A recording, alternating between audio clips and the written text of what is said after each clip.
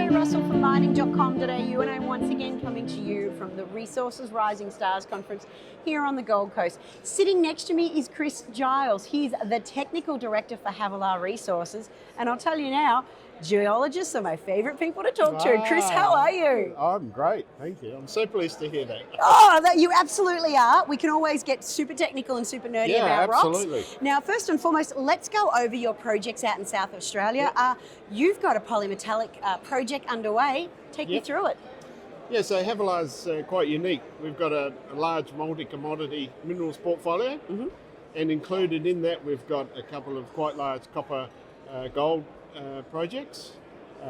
First one is Kalkaroo, which is has over 1 million tonnes of copper and over 3 million ounces of gold and JORC resources. And we're looking to divest that because that requires a large investment. And if we can divest that and get paid, then we will use those funds to return to shareholders and also use it for exploration, of course, me being a geologist. Then we have another project, Mutooroo, copper-cobalt and gold. And we've just announced a partnership there with a major Japanese smelting group called JX Advanced Metals. And they are doing a study at the moment on that project with a view to maybe investing in it and potentially developing it with us.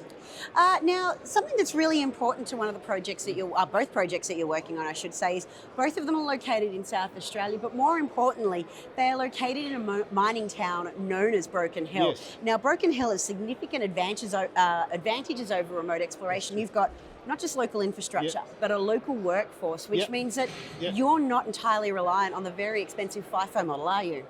That's very true. And in fact, one of the main things is the main east-west highway to Sydney, Adelaide-Sydney, goes through our area, as does the Transcontinental Railway line. And as you said, we're only about 1 hour's drive out of Broken Hill, which is a great old mining town with workforce, no fly-in, fly-out. Yeah, and it's got the intellectual capital that you need to do everything that you're planning on doing. Absolutely. Speaking of planning on doing, what does the next 4 months look like for Havilah Resources?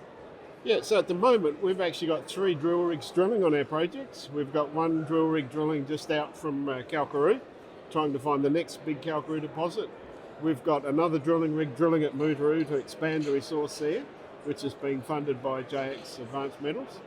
And we also have a uranium joint venture with Cobra Resources, and they're exploring up in this northern area here, and they also have a drill rig. So we've got 3 drill rigs going.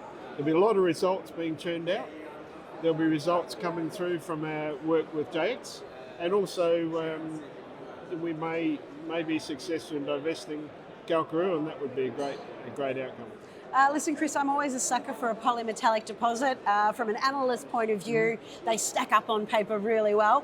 I look forward to hearing more about this Havilah story over the coming months. It sounds like you guys will be busy.